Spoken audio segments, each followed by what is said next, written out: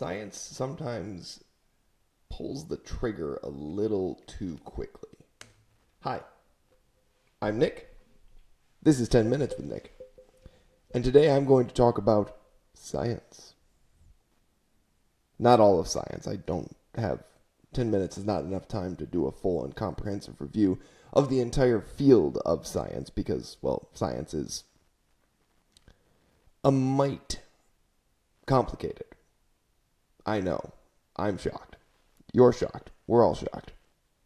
I saw something today, and I don't know how true this exact statement is, right? So I don't know if it's actually happened or not, but somebody claimed that scientists have created a cloned human embryo, right? Essentially, the makings of human life without the messy human part of it.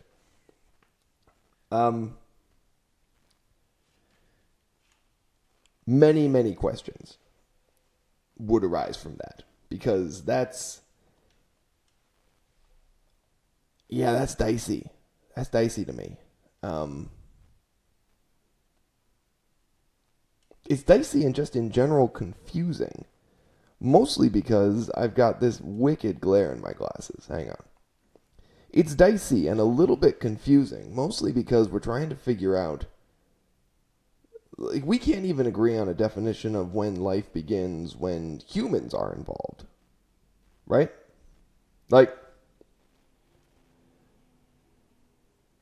When you have two humans involved in the full making of the baby. Ladies and gentlemen, we all know how that process goes. I'm not going to go into it. It's not that kind of podcast. Besides, it would be almost entirely audio that I would have to go into it and just no. Just hard pass. Hard pass. Not doing it. Not that guy. I can't survive being rated X. I just can't. I don't have that kind of budget. I don't have a budget. As a side note, Riverside wants to start charging me money, which makes sense. They are a business. But, again, I don't have a budget. So I guess we're just going to kind of see how that goes. But that's a side note and a complete digression from where we currently are, which is cloned human embryos. And every time I say that, I keep saying it, trying to make it make sense, right? I don't know what scientists had this on their checklist. Solve global warming, work on freshwater crisis. You know what? We'll just jump human embryos, cloned human embryos to the top of the list. I don't know why we want that. Now, someone would say to me, right? You can think of uses. What about growing human tissue, growing human organs? Do you need the whole human to do that? I feel as though the way we have technology set up, we probably have the ability to grow human livers, human kidneys, lungs, that kind of thing, without needing to grow an entire human attached to it. Because now we've got all sorts of ethical questions. Like, if you are you growing clones to supply other humans with organs? If so, you're creating humans to later harvest the humans. What is wrong with you? And I mean that very sincerely. I'm stammering a lot in this podcast because, quite honestly, it boggles my mind that this was something that we were out in the world looking to do. There's so many better uses for the science. I listed off two of them, which was, global warming and fresh water. Solve fresh water first. Like, create a completely renewable source of fresh water that we never have to worry about again. Then maybe go about cloning like the scientists. Just over here. Hi, Nick Salma. 10 minutes here. 10 minutes with Nick here.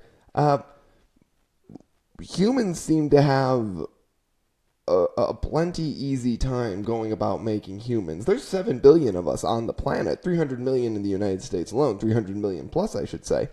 And I don't think the creation of human life is something that we particularly struggle with. In fact, we flipped our lids recently when a case that was about the elimination of human life was overturned. And we sort of collectively lost our crap about that because apparently this whole creation of human life thing is something that we're trying to actively divest ourselves of. We don't want this power anymore. Why do we want that power more through science? And I mean, technically, somebody's going to say to me, well, Nick, it's all through science because science is just the observation of natural phenomena. Yes, but I get that there was a scientist who observed two people just go at it, and I don't want to be that scientist. Like, I really don't. I don't want to be the scientist who's sitting there with the notepad going like, yes, yes, yes, okay, and then you did what? Yes, yes, rather. I said I wasn't going to talk about it. I did. In the improv world, they call that going blue. I went blue. I'm wearing a blue shirt. What do you want from me? But anyways, overpopulation is such an issue right now, and I don't. Some people would say to me, it's not an issue. Okay, sure. Let's go with the statement that overpopulation is not the only issue. Okay, it's not a devastating issue. It's not, human beings can continue to feel free to make more human beings. Okay. Even so, why in the world are we creating another way for human beings to be created if we can barely handle the responsibility of the sort of evolutionary way of making human beings? Like, we're actively finding ways to screw ourselves. I think that joke works on multiple levels. I don't need to describe them. But we seem to, in recent years, with our scientific advancements, we seem to have this problem of, rather than fixing problems we have, rather than finding ways to legitimately improve our life and our circumstances, we seem to be actively finding ways to just say, let's just push the envelope. Let's just see how far we can go. I think it's this weird obsession with, it might be its literal obsession with trying to be our own gods. I don't know. But I am very, very concerned about the fact that, and again, like I said, I don't know how much truth there is to that article. The fact that it's even being thought of should disturb people. Like, that's... Fact is just fiction later on. What do I mean by that? Fact is just fiction later on. Somebody makes something up, it gets spoken into the ether. Oh, what a ridiculous idea. Until it comes along to that one guy who goes, really interesting. As George Carlin once noted, the flamethrower was a really stupid idea until one guy walked up to the friend who gave him the idea and said, really fascinating idea you had there, Steve. That's a flamethrower noise, in case you were wondering. I don't know if that was a very good flamethrower noise, but that was the noise I went with. The flamethrower was just a dumb idea somebody had that somebody else invented, that somebody else actually built. Cloning human embryos is a really, really dumb idea in a world where we're actively worried about being able to eliminate human life. That's a debate for another day. But we don't need more ways to have human life.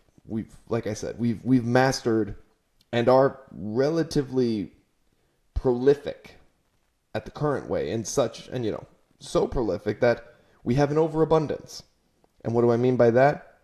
I simply mean we have kids in the adoption system who, before we go about cloning and creating human embryos in that way, the kids in the foster system would probably really love to find homes. So if you have a home that can adopt and you're looking to have children of your own and of adoption, go out and adopt some kids. They'd love it. They'd have a stable home. Everybody would win. So, long story short, really rambled on there, but don't clone, adopt. That's the too long, did not read. Ladies and gentlemen, I'm Nick. This was 10 Minutes with Nick. It rambled. It rocked. And I don't mean like it rocked. I mean like went back and forth like this. Anyways, 10 Minutes with Nick has just become 11 Minutes with Nick. Have a good night.